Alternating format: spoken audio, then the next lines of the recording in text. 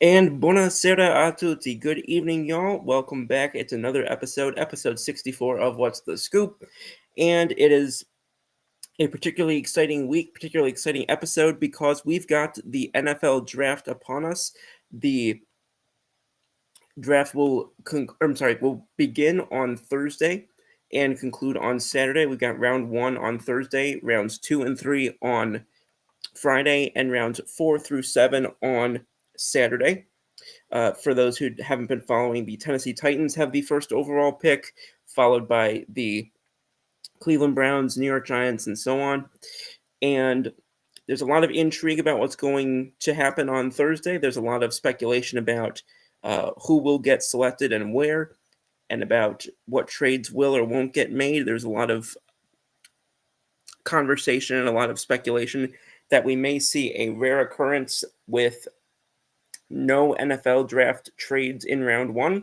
So all of this and a whole lot more, we're going to break it all down and talk about what's potentially going to happen in this week's NFL draft for the next 60 minutes. And of course, if you've got any questions, anything you want to talk about, what's on your mind with regard to the NFL draft or any other sports topic, you know to just drop it right in the chat. Look forward to hearing from y'all and looking forward to engaging on this fine Saturday night with the NFL draft upon us starting on Thursday, just 5 days away.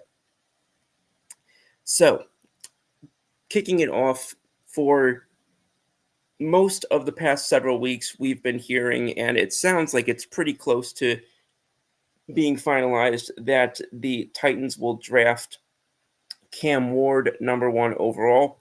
A lot of people seem to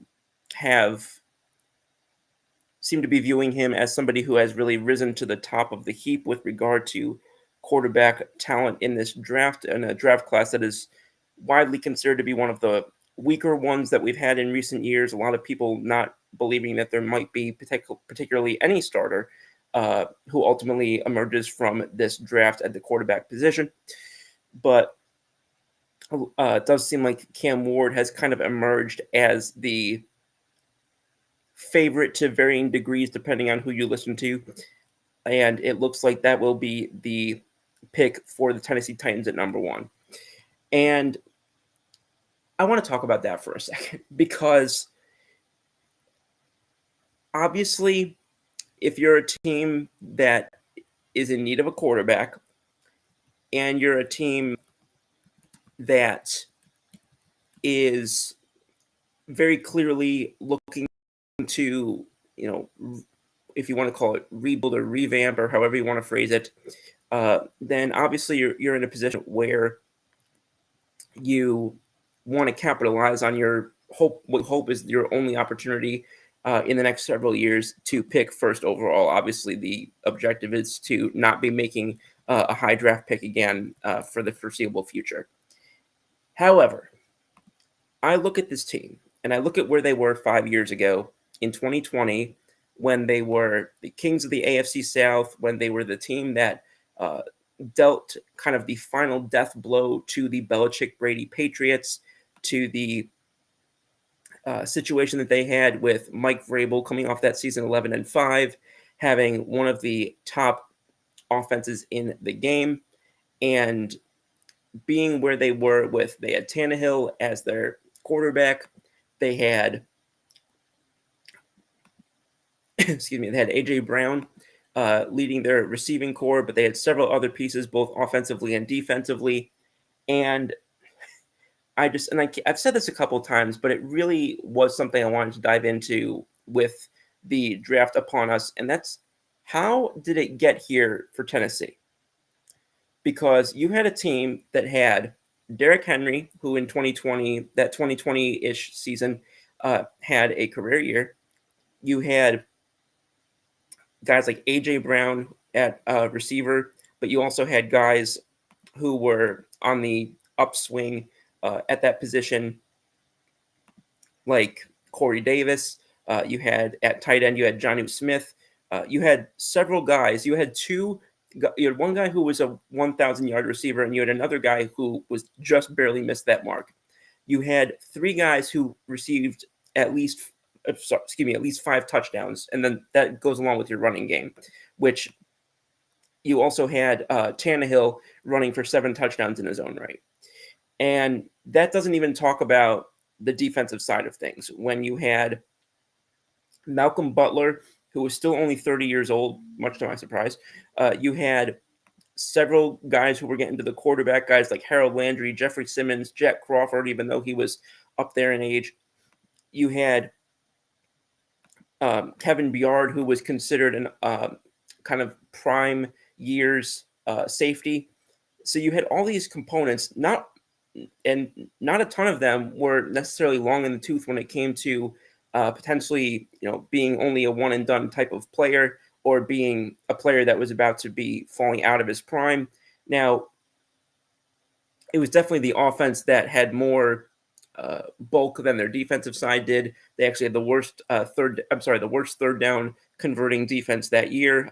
Fourth down, they were doing considerably better, but also in the red down, they had one of the worst defense. The red zone, they had one of the worst defenses in the league that year. But I look at the players that they had. I'm just looking at their offense to just start with that.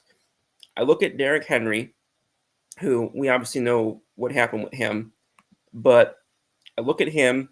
He became a free agent, signed with the Ravens. But, excuse me. And then I look at Ryan Tannehill, and where he obviously has not had necessarily the trajectory of the career that we thought he was going to have when he left Tennessee. Did not play this season, but was another player that obviously was key for that team. And it's just insane to me just looking around at all these guys and getting nothing for that level of talent. Nothing. Even you look at Jonnu, I mentioned Jonnu Smith, who was only 25 at the time. He goes to the New England Patriots, who they had just beaten in that game. But again, gets there via free agency. Doesn't get there via like any sort of significant trade. And then you look at A.J. Brown, which was probably the most notable of the players who did get traded. He got traded, obviously, to the Eagles, and they got back the draft pick that turned into Treylon Burks. And due respect to Treylon Burks, but if you're the lone player that your team gets back for any of those stars combined, then you're going to want more out of him than what he's produced thus far. And it's an all-time cataclysmic failure of the team to capitalize on that success and double down on it. Even if you had to, and I know that they didn't want to absorb cap, but even if you had to, take some dead money for, one or two of these players, you're telling me that there was no opportunity for any of these guys for them to go and get something back if they were insisting on moving off of them, which you can argue whether or not that was a reasonable and optimal decision in the first place. But it's hard to look at a team that did less with more in terms of what they were able to recoup if they thought they were going to rebuild than this team. Even Kevin Byard, he was traded also to the Eagles for a 5th-round pick, which turned into Jarvis Brownlee, who started 14 games this year and made 1 interception. Was decent on the tackling front, so I will give him that. And then Terrell Edmunds was another piece in that whole puzzle who started 1 game for Tennessee in 2023. And Jaquan Jackson was the 6th-round pick that they ultimately got in 2024. It turned into Jaquan Jackson at 182 overall. And that's another thing. So you had all these players, and you can argue that the best return that they got was for Kevin Byard, who I would argue was not a top 5 player on that roster. Like, how? I don't understand that. I don't understand. And then to say nothing of the fact that not only did they move off of the player personnel, We also know, obviously, the infamous firing of Mike Vrabel, who's now the coach of the New England Patriots, which a lot of people believed that was going to happen after he spent last year as a consultant for the Cleveland Browns. But Vrabel, in his time at Tennessee, he made the playoffs 3 times, had them win 2 playoff games one season, which was actually before the season I was talking about. He got them to the AFC Championship game that year, lost to Kansas City, which pretty much everybody loses to Kansas City, for the most part in the playoffs. And even in the 3 years where he didn't make the playoffs, 9-7, 7-10, 6-11. And that 7-10 and 6-11 was with a roster that was falling apart because of all these different situations. So it's just astonishing to me that, and maybe it's not astonishing to Titans fans, is entirely possible, but as an outsider, looking at them from 30,000 feet, and this is not just on, obviously this is not just on Amy Strunk, this is on everybody on the way down. They had, they had multiple turnovers at the general manager. They just brought in Mike Borgonzi earlier this offseason, but before him, they had multiple different general managers in a short period of time and a decent amount of front office turnover. But it seemed like there was no long-term structure into which they were buying, and it seemed like as soon as they had it, they ripped it all down. And this is a team that really, since their migration over from Houston, when they ceased being the Houston Oilers, had struggled with not only quarterbacks since the days of guys like Air McNair, or not only at every level. You can go just on the way down, quarterback, coach, and so on. So the fact that they were able to develop that finally, and then they chose not to double down on success when you just had the number 1 seed, and then the year before that you had just gone and won back-to-back playoff games only to lose to Kansas City in the championship round. In my vantage point, that's something to build up off of, a foundation to build off of. That's not the time to say, okay, we're tearing it down now. And if you're going to tear it down now, you damn well better go and get a more significant return on your investment than a few free agents, 2 mid-round guys that, only one of whom became a starter, excuse me, and 1 sort of journeyman linebacker who was there for 15 minutes. Like, and the fact that they let go of Mike Vrabel, which I don't know if they tried to make a trade involving Mike Vrabel, but knowing some of the coaches who have gotten traded in the NFL and some of the returns that certain coaches have gotten who have a lot less on their resume as a coach than Mike Vrabel does and have done a lot less with more than Mike Vrabel has, you're telling me they couldn't have gotten at least 1 draft pick in return for Mike Vrabel? You're telling me not one team out there was interested in Vrabel enough to offer 1 draft pick? I find that extremely hard to believe. I just do. But that's my opinion on that. Again, if I were sitting in Tennessee's position right now, I think I would do one of 2 things. I think I would either look to trade back and try and rebuild this thing. I think in general, if you're not 1 or 2 players away and you have a number 1 pick, which typically, if you're having a number 1 pick, typically you're not, 1 or 2 players away, unless it's a quarterback. I think typically you either draft a game-changing talent, which the one obvious game-changing talent potential prospect that we have is Travis Hunter in this draft class, or you look to recoup additional picks, try and get multiple first-rounders or multiple high draft picks, perhaps over, this draft and the next one, for a team that does believe they're, perhaps 1 or 2 players away, or, something of that nature. But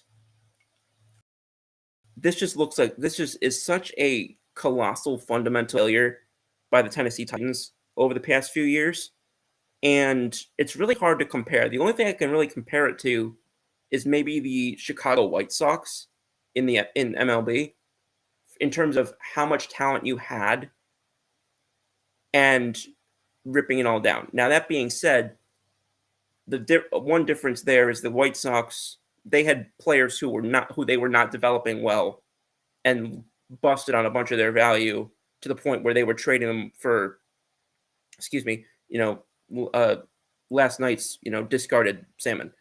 So that was a little bit of a different animal. But I'm just looking in terms of having that much level of talent and that much promise as an organization and starting to show that, and then just completely everything falling apart. And I'm like referring to when they had to move guys, or when they not had to, but when they did move guys like Eloy Jimenez, who at one point was considered a can't miss player, and then again basically was dumped to Baltimore last year.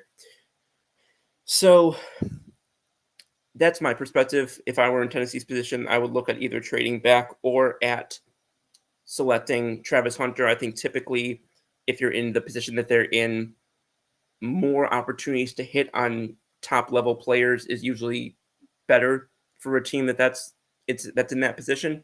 If there's not a one can't miss player who's considered a consensus first overall, like best available player, which in my mind is Travis Hunter, and in a lot of minds is Travis Hunter. But if you're not going to take him for God knows what reason, then I just think that makes more sense. Like I'll go back to the Jimmy Johnson quote where he talks about how getting the so-called best player available is not what he wanted to do. He wanted the player that he wanted. So if they really want Cam Ward, then drop back to a position where Cam Ward is, the reasonable pick, which I think most people would say he is not the best available player in this overall draft class, and then recoup a pick or two with that. Just that's what makes more sense to me. Because I don't think that there are 12 teams that consider Cam Ward the number one player on their board. I don't believe that. But that's where we are at right now. Just want to verify if anybody's watching, if someone can just drop something in the chat just to make sure that that's live. We've had issues in the, speak of the devil. My friend Nikki has jumped in saying, yeah, you made it off the plane. Yep, I am. For context, to the people who don't know what she's saying, which sometimes, excuse me, I get the. I did just get back in to my hometown for Easter, so appreciate it, Nikki, and glad to have you on tonight. And good luck to your New Jersey Devils. I'll be honest, I have not really followed the lead into the NHL playoffs. I do believe that the series against Carolina was starting, I think it was tonight. So good luck to them against the Canes. And we'll see how that shakes down. Meanwhile, I, as a Flyers fan, am still waiting to see what's going to happen with the coaching side of things if Coach Shaw ends up being the long-term guy. But once again, earlier today, I saw a report from Yahoo Sports that Rick Touche is looking like he's going to be the favorite, which has been the case really since Coach Tortorella was let go. Which, shout out to Coach Tortorella, because he has a style that not a lot of people like, or that rubs a lot of people the wrong way. I like it. I found it very refreshing. He's a coach I think I would love to play for, at least from what I've seen outside of, as an outsider. I can see why he wears on certain people, but just a lot of respect for his authenticity, and a lot of respect for the fact that he's not going to mush mouth it because he expects and wants the best out of his team. So we'll see what happens. There were a lot of reports that players like my favorite player, Sean Couturier, and our young guy, Mishkov, there was a lot of reports that neither one of those guys really saw eye to eye with Coach Tortorella. So I'd be curious to see in the next year, when we figure out who the long-term coach is, whether or not one of those guys will potentially, not develop in Couturier's case, because obviously he's a veteran, But if Mishkov's development will perhaps be uh, impacted in any way by that transition. And obviously, we got the the draft lottery coming up soon. The final game of the season loss to Buffalo put them in position to get a potentially top 4 pick. There's a lot of people clamoring for them to draft. I hope I'm pronouncing this correctly, but Michael Misa, the center out of the OHL. There's I don't think a lot of people expect that they're going to get the number 1 pick and get somebody like Matt Schaefer, but I think a lot of people, I know a lot of people because I've talked to a lot of people in Flyers circles who are hoping to get either that 2nd or 3rd pick to potentially draft Michael Misa. But we'll see how that shakes down. And coming back to the NFL draft, so talked a little bit about Travis Hunter, talked a little bit about the Tennessee Titans, vented a little bit about the Tennessee Titans. Now I am going to shift to the other side of the first round, the bookend part of the draft. Talk a little bit about my Philadelphia Eagles. For those who heard it this morning, there were reports that were circulating that the Patriots and the Eagles were potentially looking at a draft day trade that would send the 4th overall pick to Philadelphia for a package including A.J. Brown. I have had no ability to substantiate this with people that I know connected to the Eagles. So for anybody who did hear that, I would advise not to heed that as any sort of where there's smoke, there's fire type of situation at this time. Obviously, Howie Roseman trades on and during the draft as much as anybody. So he can never be ruled out of pretty much anything. But the reports of him trying to shoot up the board to number 4 with his eye on Penn State defender Abdul Carter, my interpretation of situation right now is that is not something that should be expected to happen. Which, for anybody who wasn't following, just the salary cap ramifications of that make that a pretty unpalatable situation for Philadelphia. I can definitely understand why they'd be enamored with Carter, not just for the Pennsylvania connections, but for what he could potentially add to. And I do think that pursuing an edge rusher is something they will do at some point in the draft. I don't know that I would see that in round 1.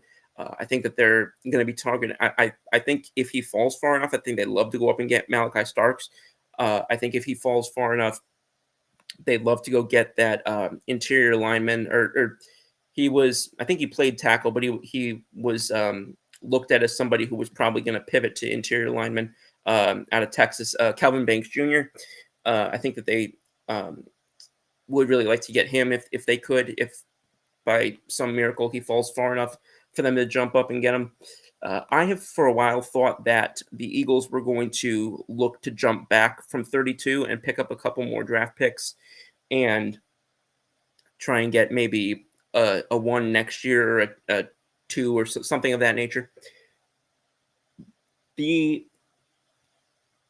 trajectory of reports and discussions and buzz, if you want to use that term, that I've heard over the past 24 to 48 hours is, in contrast, is that they are contemplating trying to move up if one of these players falls.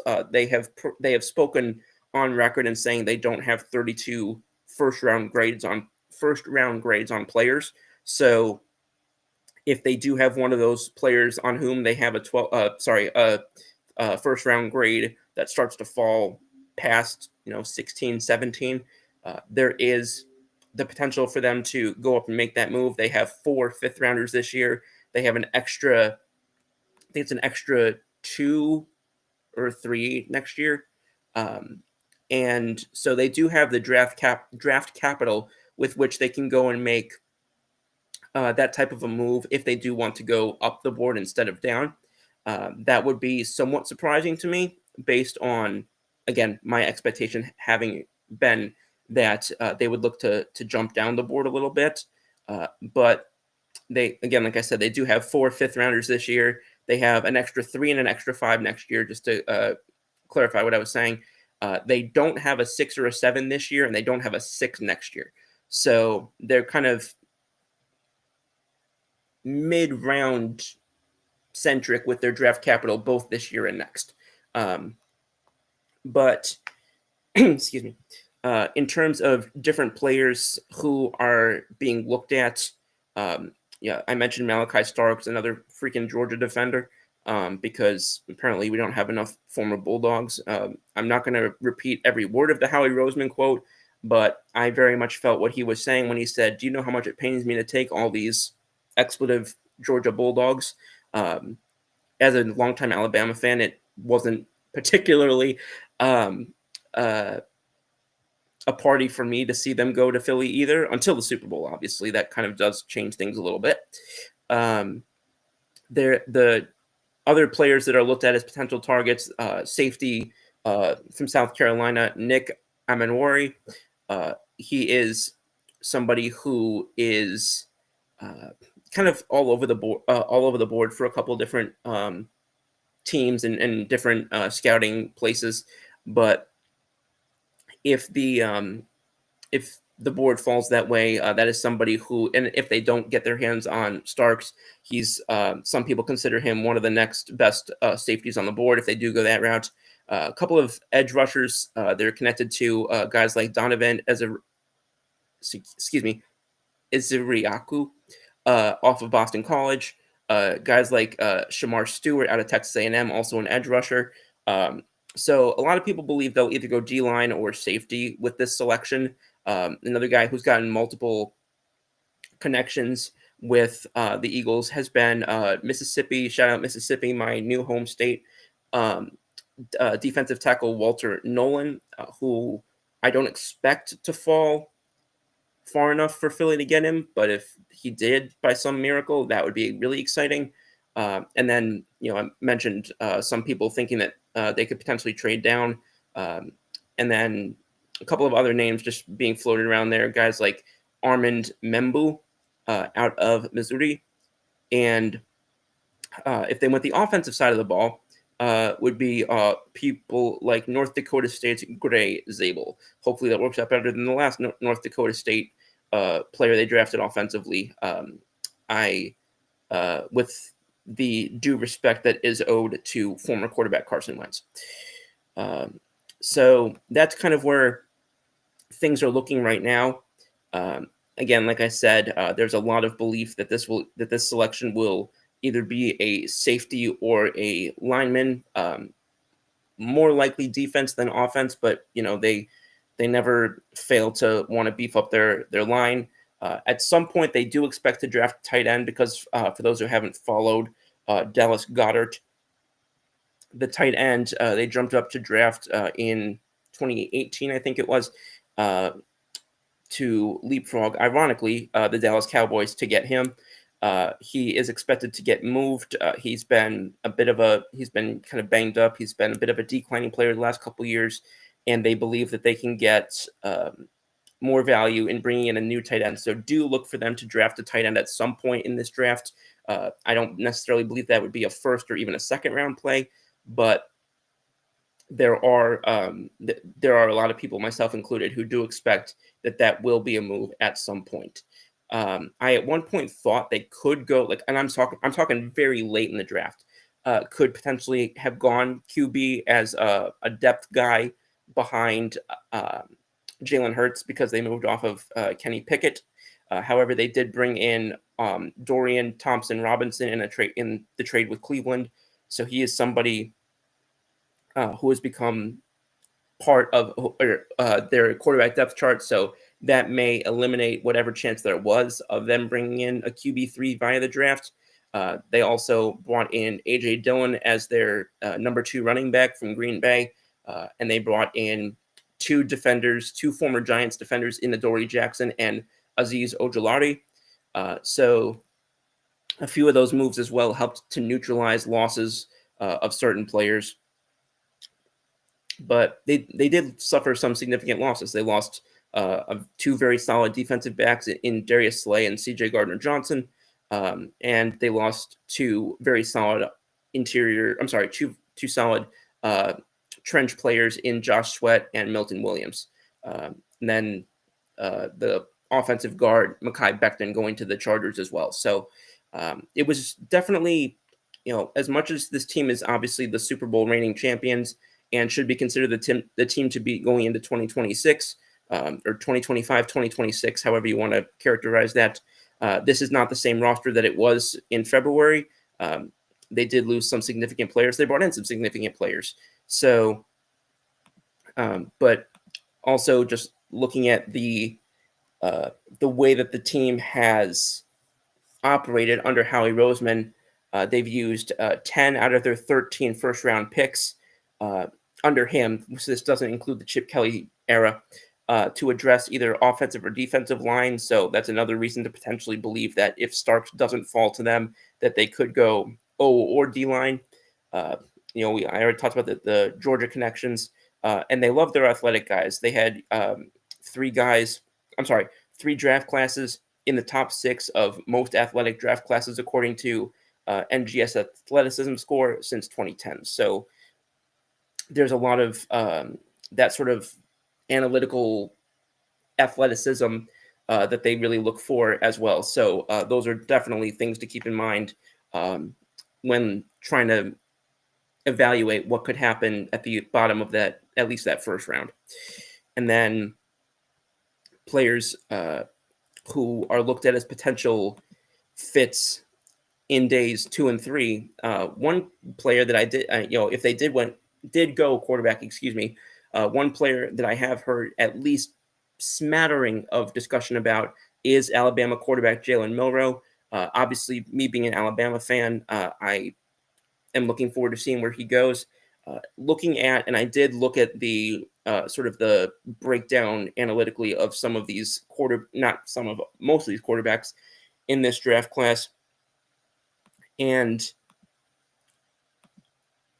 I'm not going to put Milroe high on my list, like super high on my list, because again, I do understand that there is a decent amount of work for him to do to be successful in the NFL. So I'm not going to put him as like on my list of who I think is going to be most successful in the NFL. I'm not going to put him particularly high because, while I do think that he has a lot of potential and a great ceiling, I do know that there's a bit of an uphill battle to get there, and it will be heavily dependent on where he gets drafted and by whom. But other players that, I don't really know what to make of the Shedeur Sanders situation because he has so much that you'd like on tape, but it always concerns me when off-field chatter starts happening with quarterbacks. I don't remember it ever really working out in a positive way. It happened with, it was either Sam Howell or Matt Corral, one of those two guys. It happened with guys obviously like Johnny Manziel. It happened with Josh Rosen. It's happened with just sort of sporadically over the past however many years with quarterbacks, and I rarely see quarterbacks really overcome that. The closest I could really come would be Baker Mayfield, but even his character was more polarizing than it was concerning, I would say. So it just, whenever you start talking about people having an issue, especially with within interviews and such, and again, I know that could be smokescreen of somebody trying to get him to push down the board toward them. I get that. I'm not blind to that, but I'm reluctant to be 2 feet in on the Shedeur Sanders train, especially knowing that there's that sort of wild card with his family and such. That's a bit of a harder situation to get into. I am a fan, as I've mentioned before, of Dylan Gabriel. I understand people are not thrilled about the fact that he's a little bit undersized. They're not a fan of the fact that his hand size is not exactly prototypical for a quarterback. However, what has been repeatedly spoken about with his intangibles, the way that he has performed in the areas which most often translate and correlate with NFL success, I think that he's somebody who, if he falls past the second round, I think that somebody's going to get a potential steal in drafting him. Again, I don't think that I would take any of these quarterbacks with an eye on playing them week 1, but if he gets into a situation where he can refine some of the areas that need to be refined and work with the right people, maybe go to a Tom House type of player or person in the sort of pre-season time. I think that there's a lot to like and a lot to work with in a player like that. I do find certain other guys like Kyle McCord out of Syracuse. I find him interesting. I find Jackson Dart interesting for for differing reasons. I do also think that Kyle Rourke is getting a little bit. I wouldn't necessarily call him a top 4 quarterback in the draft, but I do think that Kyle Rourke is getting a little bit of overlooked when it comes to NFL. And with excuse me, Nathan Rourke. I wait. Let me double check on that. I apologize. Curtis Rourke. There we go. My apologies there. But I do think that he's somebody who has traits to like as well. He's considered an average backup with good athleticism, which I think that there's always, even if they move him to another position, I think that there's always, with his level of experience and production, there's always something that you can do or with them, even if it's not at quarterback. He was a winning player this past year. He is turnover prone, so that is obviously a concern. He's not a particularly great runner, so that's not going to help. So I think if he were looked at as somebody who could be moved to another position, I don't think that he'd be like a Blake Sims type where he's going to running back. But I think that there's enough there with him. He can make solid throws, I would say. He has, the touch, the anticipation, reading the field. People like his size. He was able to play an entire season on a torn ACL. So there's elements of things to like. This is not somebody. I think he might be somebody who you wouldn't necessarily consider draftable in a season with a stronger quarterback class at the top. But not having that, I do think this is a guy who will get drafted on day 3, perhaps. But again, he's somebody who I think would have to be, a team would have to be comfortable with the fact that he might have somewhat of a ceiling as well. So I think that it kind of just depends on how comfortable you are with that risk reward ratio. But so yeah, I don't necessarily have a hardcore 1 through 5 ranking. I would put Dylan Gabriel as my number 1 choice if I had to draft a quarterback. But again, I could see justifying drafting Shedeur Sanders as high as the 2nd quarterback off the board, or as low as maybe the 5th quarterback off the board. And then those other guys like McCord, Dart, those types of guys would fall somewhere in the 3rd, 4th range for me. And then that afterward is when you start getting into other guys like the Rourke, Milroe, those types. I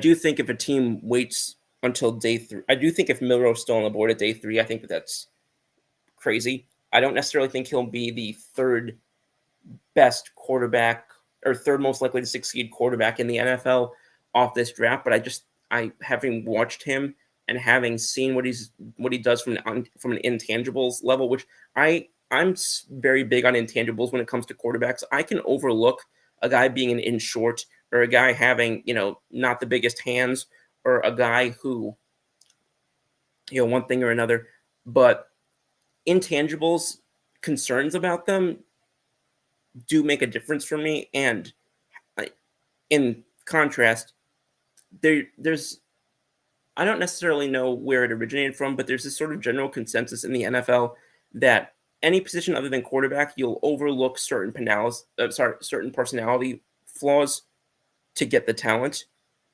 In quarterback, it's pretty much the opposite, where teams will sacrifice slight talent because of either an upswing or downswing in intangibles, leadership, poise, command of the pocket, that type of thing, or command of the offense, that type of thing.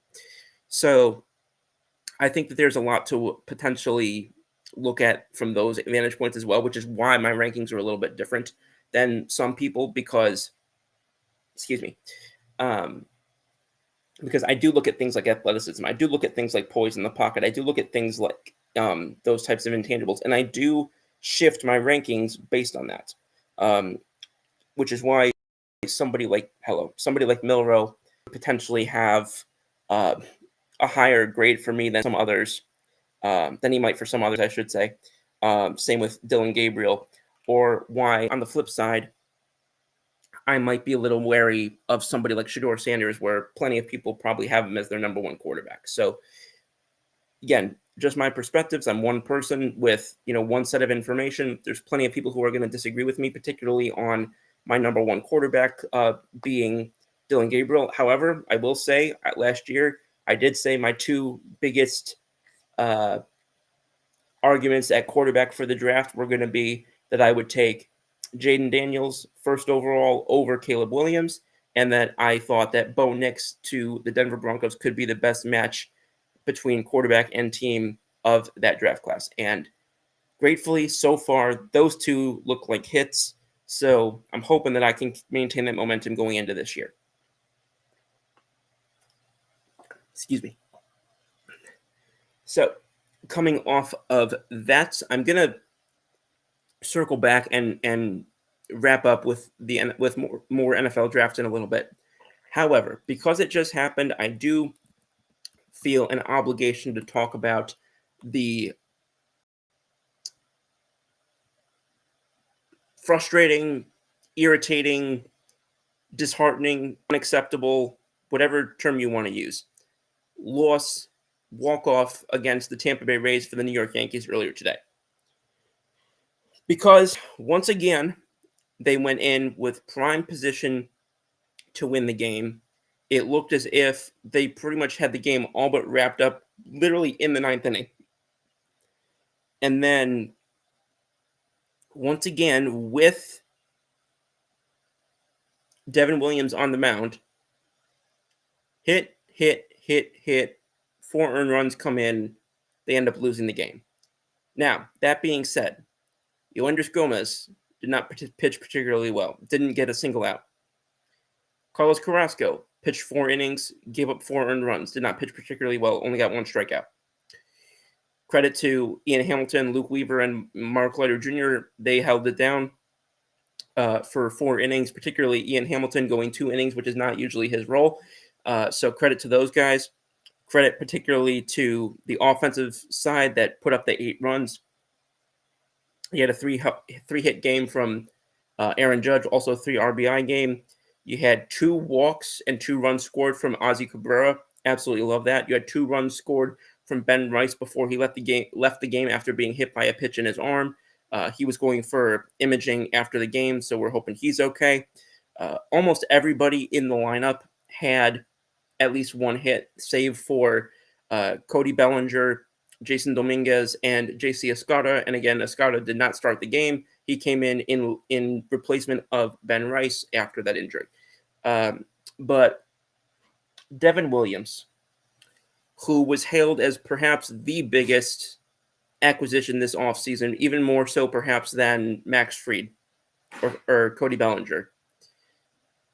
The fact that he has now been at the epicenter, and I don't think that today's game, I don't think blaming the loss entirely on him is fair at all, because a couple of the hits that were given up, one of excuse me, that inning would not have gone on as long as it had if the defense behind him wasn't if the defense behind multiple pitchers was more crisp and more clean. If you go through and watch a couple of different plays, you'll see what I mean. It's kind of hard to describe without the visual. But the 4 hits, the 1 walk, those 5 base runners, several of them should not have reached base. And I don't mean just because of the hit given up by Devin Williams. But this man, his fastball this year is not performing the way that it needs to be. He has become a fly ball pitcher for the first time in his career. He has given up the hardest contact he has in his entire career. His fastball movement is the change in movement in his fastball, I should say, coupled with the fact that his velocity is now averaging under 94 miles per hour for the first time in his career. Just it's a clustered, insert second half of the word here, of just poor circumstances that he's partially finding himself in and partially creating. His stuff has been, very much playable. His location, in my opinion, has not been that bad. I think that he's hung a couple of fastballs up in the zone a little bit too much, but I don't think that I looked at the heat maps of him pitching in the zone. He hasn't necessarily made a ton he hasn't shifted a ton in how he's pitching guys with regard to where he's locating his fastball or his changeup. But when your fastball is falling off like it has, then it's making your changeup not play up the way that it's used to playing. And you look at things like pitching bot when it comes to or off of Fangraphs. You're looking at a shift in results. Now, I think he's getting some bad luck because he's used to getting more swings out of the zone. He usually gets around 33% swings out of the zone. Currently, this season, that's down to 26. He also usually doesn't get guys swinging in the zone as much. He usually gets around 63%. That's up over 3 percentage points as well. But the real outliers are coming with the contact, because he outside of the zone, he gives up half contact less than half the time. And this season, it's skyrocketed to 73%. So 3 out of every 4 pitches outside the zone are getting hit. That just typically does not happen, especially to him. It happens less than half the time in the rest of his career. The contact within the zone, similarly, he's usually in that 72%, 73% of the time mark. He's almost at 80% this season. And he is throwing a few more pitches in the zone than normal. He's throwing the most pitches in the zone that he has since his rookie season, or at least since the first season this was tracked. I think it was his rookie season. Yes, 2019. But so all this is to say, and this is another killer for him, is that he's not getting the swinging strikes. He's not getting, again, he's up usually in that 18 to 20% mark with regard to swinging strike rate. He's at 10% now, which is about half of what he's used to. Finally, the last number I'll throw at you is called and swinging strike percentage. So basically, just combined call and swinging strikes, usually going for about a third of the time, and he's under 25% in that rate as well. So suffice it to say, again, a lot of this, it's not so much location specifically on that fastball. It's partially that, and partially the fact, the after effects of the changeup playing off of that and playing down because of that. But partially probably because of that decrease in velocity that I mentioned, he is struggling to get that deception, and with that slight change in movement that I mentioned, struggling to get that deception that normally causes guys to roll over on those pitches. And instead of that, the walk rate is almost twice as bad as it normally is, and the strikeout rate is down as well. So it's pretty much every possible way that the numbers could go against him this year, they have. Now, again, this was his 9th appearance today, and again, like I said, I don't think that his ERA after today's game, I don't think is a fair representative, or fairly representative, I should say, of where he is. But again, and he also, I will mention this as well, he also, for that fly ball home run or fly ball rate that I mentioned, and that lack of being able to keep the ball on the ground, he's not giving up a home run all season.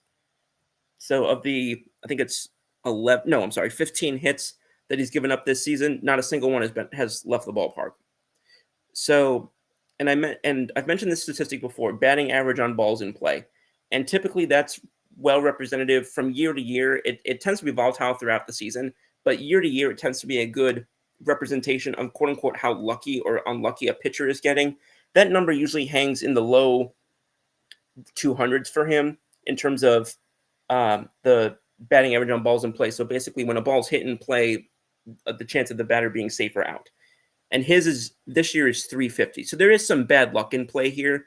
Again, were a couple of instances where the defense really didn't do him any favors. And he is a guy who relies somewhat on the ability of his defense. Obviously, the strikeout rate being down and the walk rate being up, that's on him. But some of this other stuff as well does not necessarily help his situation. Am I concerned? I mean, anytime you get to the ninth game or the ninth appearance of a season from a pitcher and you are having results like this, obviously it's not any sort of particularly great thing to watch with your eyes.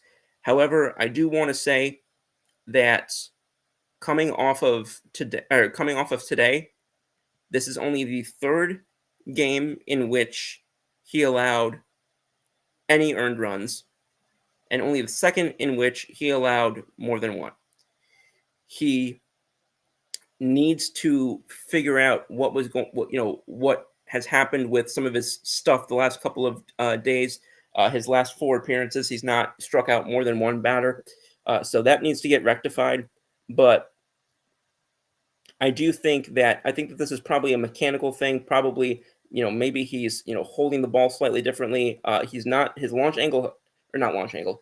His angle of release point has not changed. I looked at that. It was 23 degrees on average. It was 23 degrees this season as well. So that hasn't changed. Appears to be a couple of little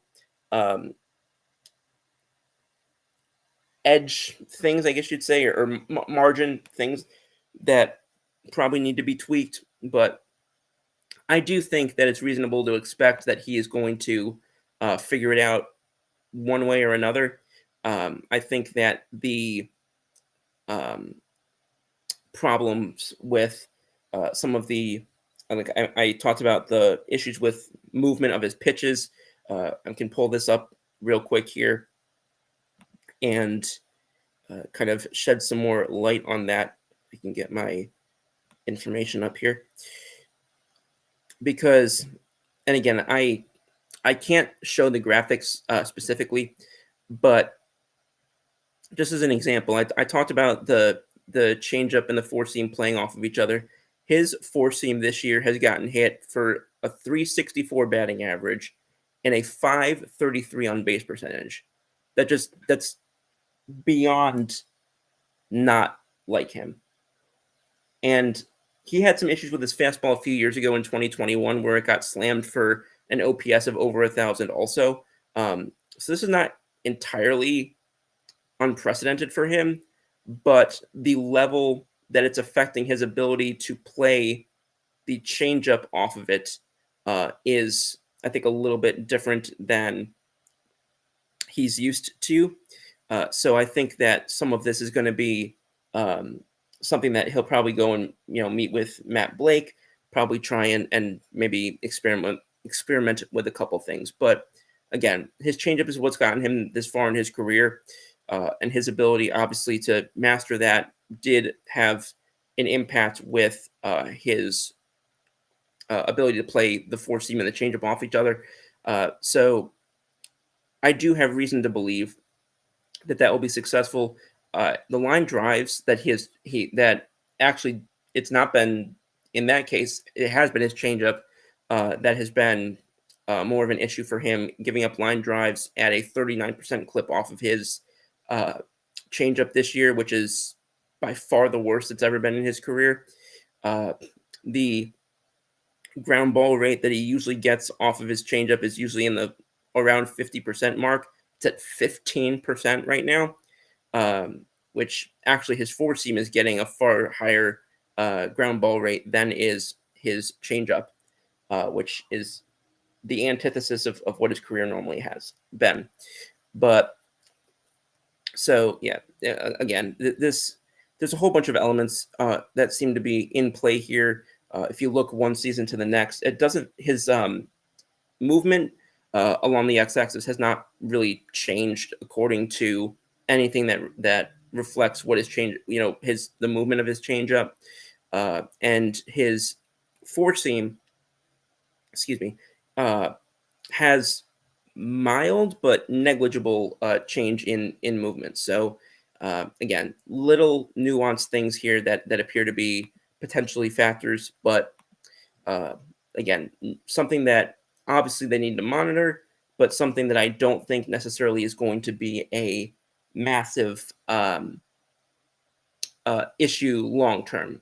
These seem like things that can be correctable, with the exception of the velocity issue. I do think that the velocity issue is something that he's going to have to uh, rectify with. He added a cutter sort of sparingly in recent years. Whether he'll rely on that a little bit to try and offset that, whether he'll go back to um, some of the other types of pitches that he was throwing earlier in his career, or at least experimenting with earlier in his career, and try and add a third offering to offset some of the loss of velocity of that four seam. That's potentially an option that they could go with. We don't know, but ultimately, obviously, fans are restless with the way that he's performed. There's plenty of clamoring to bring back Luke Weaver into that position, uh, which is, again, understandable. But I do think that the difficulties with these situations, they seem to be very slight, and they seem to be, unfortunately, again, like I mentioned before, heavily connected to potential things that could be just a situation of bad luck. I referenced that batting average on balls in play. Sometimes guys you go through a couple of experiences or a couple of games in a short period of time where guys are just getting good hits off you, or plays that you expect to make are just not happening the way that you expected them to happen behind you. So, there's um, several different reasons I think that this can be that can be in play for something like this. But just wanted to talk about that briefly, real quick. But before I wrap it up with the one little bit more talk about the NFL draft, before I do, just to give you guys who have been following the playoffs, just to give you guys a little bit of an update as to what's going on, like I try to do when games are live during during these shows. I'm going to pull up the scoreboard real quick for some of y'all. The Stars Avalanche game currently going on is in the second period. That game is currently scoreless. And the game went final between the Jets and the Blues. The Jets took that one 5-3. And NBA, the Timberwolves are currently leading the Lakers 59-48.